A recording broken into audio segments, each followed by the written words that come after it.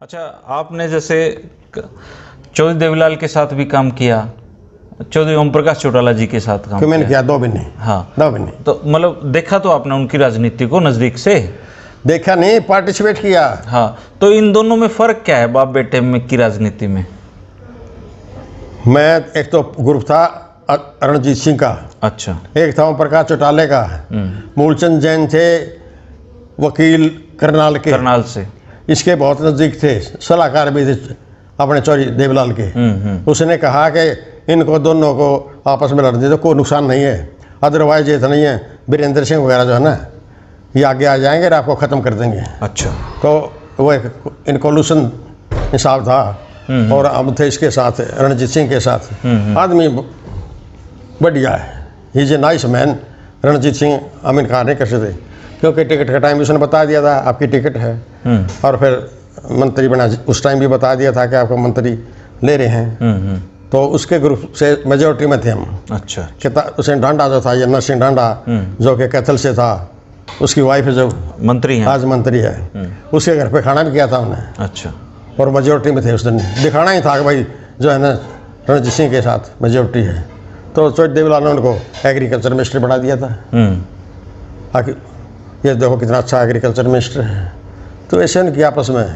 चौधरी देवीलाल तो आम आदमी किसान की बात ही करते थे हमेशा। एक नंबर के किसान थे। पहले किसान फिर और कोई। तो खुले दरबार बार लगते थे उस टाइम। अच्छा, हाँ, एक यह बात बताऊँ। एक जो था क्या नाम है, ये बुढ़ापा पेंशन था, ये भी इन्हीं की देन थी। इसने कहा ओ बूढ़े मरना चाहिए, अभी जो तेरे कलम से तेरे को पेंशन मिलेगी। बहुत ग्रेट आदमी था। अच्छा, चौधरी चरण सिंह और चौधरी देवीलाल में विवाद किस बात पे हुआ?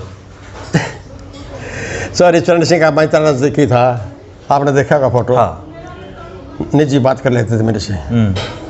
बोला तुम्हारे पास जो है ना हरियाणा में और तो ठीक है, तुम्हारे पास नेता नहीं है। महाजिया तो बात ठीक है आपकी, नहीं है। मैंने कहा फलाना वो है, उसने कहा नहीं वो तो कुछ नहीं है, नाम लेता मैं, उसकी तौहीन है, आज वो है नहीं बेचारा। तो मतलब ये है कि 15 दिन तक संघर्ष चलता रहा। कुछ आदमी दिल्ली का था, ये बिरजू पटनायक का झगड़ा। हाँ, था तो झगड़ा का मोरारजी देसाई का उनका आपस का, और झगड़ा आड़ा भी हो गया है। तो उस समय 15 दिन तक इस्तीफे वो चौधरी चरण सिंह जो थे वो कोठी के अंदर होंगे, और बलबीर बीरबल नरवाणे का है वो उनके बाहर लाता। फिर हम 150 आदमी कंधे मान जाओ जी, मान जाओ जी, नहीं मैं नहीं, रास्ते छोड़ता हूँ, मैं रास्ते छोड़ता हूँ। 10-15 दिन के बाद ऐसे बिरजू पटना करना समझौता कर दिया ना वह, और चंडीगढ़ की मीटिंग बुला ली चौधरी देवीलाल ने। फिर उसमें समझौता हुआ कि भाई कुछ मीटिंग जो है ना, इतनी टिकट तो जो है ना चौधरी चरण सिंह की होंगी और जितनी इतनी इनके। ऐसी थी। तो एक बात और बताओ मलिक साहब, जैसे पूछो आप। 82 में आपने चुनाव लड़ा जी, और 87 में भी लड़ा। आज के दौर के चुनाव भी आप देखते ही हो। तो कितने रुपए आपके खर्चे आता था चुनाव में? मेरे पास थे 40,000 बैंक में। अच्छा, 40 वो लगाए। 40,000 आपके पास थे? मेरे पास थे। अच्छा, बैंक में।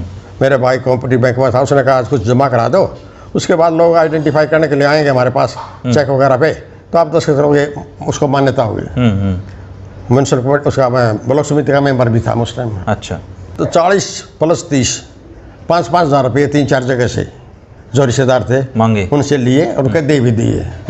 लेकिन चुनाव के टाइम में काफ़ी जो था ना मेरे पास, मतलब 70-80 हज़ार में चुनाव लड़ लिया आपने? मेरे पास आए हैं। अच्छा, मालाएँ आई हैं, रोज एक गठड़ी भर के लिया करता। अच्छा, गठड़ी चंदा देते थे लोग? माला देते थे, कई तो माला में अपने नाम लिख देते थे कि भाई ये मरसिंह की माला है या उसकी है। अच्छा, क्यों भाई आगे बच्चा लड़ाना हो, लोग नौकरी दिवाना हो। तो इस तरह से जो था। तो नौकरी लगती थी आपकी पर्चियों पे? हैं, नौकरी लग जाया करते लोग? नौकरी तो अलग ही कुछ अच्छा, लगी। 8-10-15 तो लगी इसमें बिजली की बोर्ड में। अच्छा, 8-10 लगे ये ट्यूबवेल वगैरह में। अच्छा, और तो ये लिस्ट किसको देते थे आप? चौधरी ओम प्रकाश चौटाला जी को? जो भी कंसेंट था, अच्छा, कंसेंट मिनिस्टर को देते थे। हम लगे, हमारे से बच्चे, ऐसी बात नहीं, ट्रांसफ़र हुए हैं। ट्रांसफ़र इस हिसाब से करे हैं, 3-4 आदमी का ग्रुप बना दिया, भाई तुम जानते हो ये गटवाली का लड़का है, गतौली लग रहा है, इसको कहाँ जो है करो, कहाँ करना चाहिए। उन्होंने लिस्ट बनाई, मैंने मंत्री को हरियाणा विधानसभा में, तो वहीं बैठती थी सुषमा स्वराज, एजुकेशन मिनिस्टर थी वो। मैंने उसको दे दिए और उसके मुताबिक ट्रांसफ़र सब ठीक हो गई। मैं धोखा नहीं दे सकता। तो उस समय तो आप बसों में ही जाते थे चंडीगढ़ विधानसभा में? बसों में जाते थे, किराया लगता नहीं था, 60 रुपये सारे TAD मिलता था। अच्छा। जो कि रेल का किराया था वही मिलता था। और तनख्वाह कितनी थी आपकी? तनख्वाह नहीं थी उस वक्त, 60 प्लस 120 के करीब टोटल मिलते थे महीने के? एमोलमेंट। हाँ, अच्छा। मीटिंग की। अच्छा। वीकली मीटिंग होती थी, हाँ। उसका 120 रुपये बस ये आमदनी थी? बाद में ये था। अच्छा। बंसीलाल जी ने करी था। बंसीलाल जी ने 500 रुपये करे थे। हाँ, जो भी करी थी। हाँ, अब तो काफ़ी पहुँच गई। अब तो जन राजनीति, ये तो व्यापार हो गया, दुकान होगी। उस टाइम जो था, मेरे टाइम में तो कोई 10-20 हज़ार तक का था, कोई सिपाही लगा था। अच्छा, लोग ले लेते थे? लेता है कि तो बीच का रिश्तेदार वगैरह।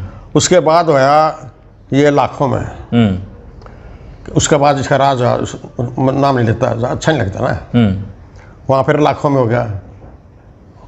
सब इंस्पेक्टर वगैरह के 20 लाख 30 लाख रुपये का होता था, हो गया था। और ईब जो है ना, लोग कहते हैं, खुद भी तो कहने को तैयार नहीं होता, ना देने वाला ना लेने वाला, आप जानते ही हो। हाँ, नौकरी लग गए, करोड़ों रुपया में सौदे होने लग गए। आपको पता, मतलब पता, सब दुनिया। आपके टाइम में किसी ने बेईमाना करा भी तो 10-20 हज़ार का? हाँ, 10-20 का कराया एक दो ने। दो एक तो मेरे से हल्के के भी 2 लगे थे। अच्छा। वो हमें लेने लिए थे, वो बेचारा गुजर गया। अच्छा। लगते थे तो? हाँ, इतना था, हज़ारों से लाखों में, लाखों से करोड़ों में। तो अब आप 80 साल के हो गए हो आप? हाँ, लग गया। लगे? खुश हो जिंदगी से? संतुष्ट? बिल्कुल। मैं राजनीति से इतना खुश हूँ कि मेरे जो ड्यूटी थी as a politician, as a Charan Singh का फॉलोअर, आई डू वेल। मैं खुश हूँ। आप लंदन भी गए थे ना? हो, आपकी याददाश्त बहुत अच्छी है।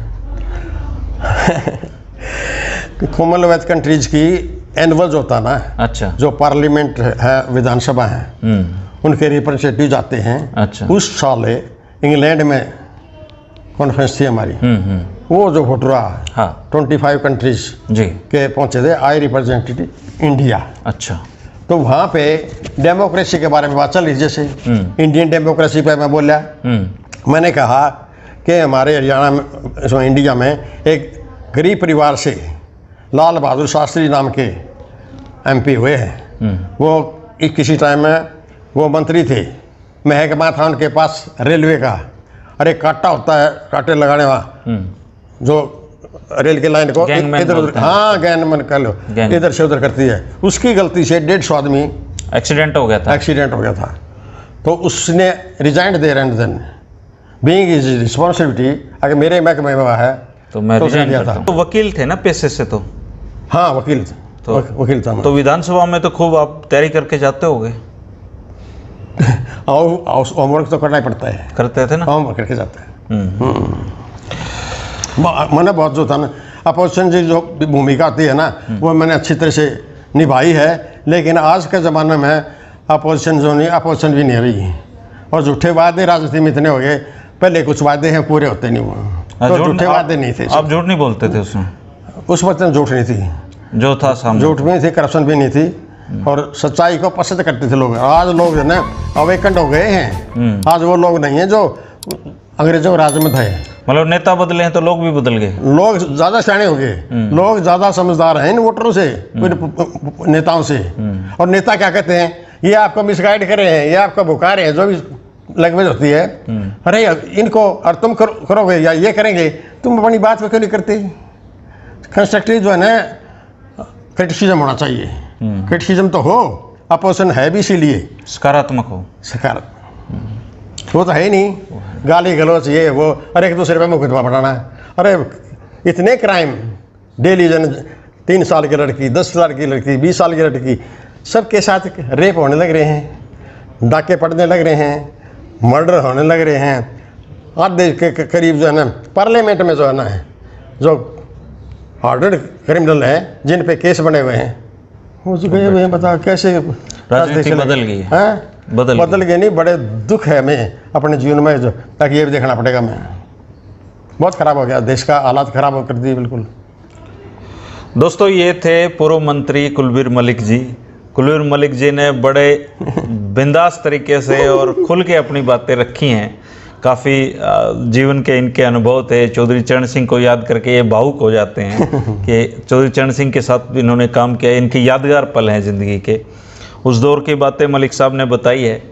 अगर कोई सवाल रह गया हो तो आप ज़रूर कमेंट करना, मैं इनसे पूछ के बता दूंगा। बिल्कुल बिल्कुल, तैयार हूँ, मैं तैयार हूँ। और मलिक साहब, आपने बातचीत करने का समय निकाला, इसके लिए आपका बहुत बहुत धन्यवाद। मैं तो दुनिया के लिए, समाज की सेवा के लिए निकलता ही हूँ, जितना टाइम होगा। मेरा ड्यूटी है ये, तो समाज को ठीक रास्ते पे ले आओ, अच्छी बात बताओ और भविष्य अच्छा हो, उज्जवल हो भारत का। जी, ये सोच है हमारी। तो शुक्रिया मलिक साहब। बहुत बहुत धन्यवाद आपका, बहुत धन्यवाद।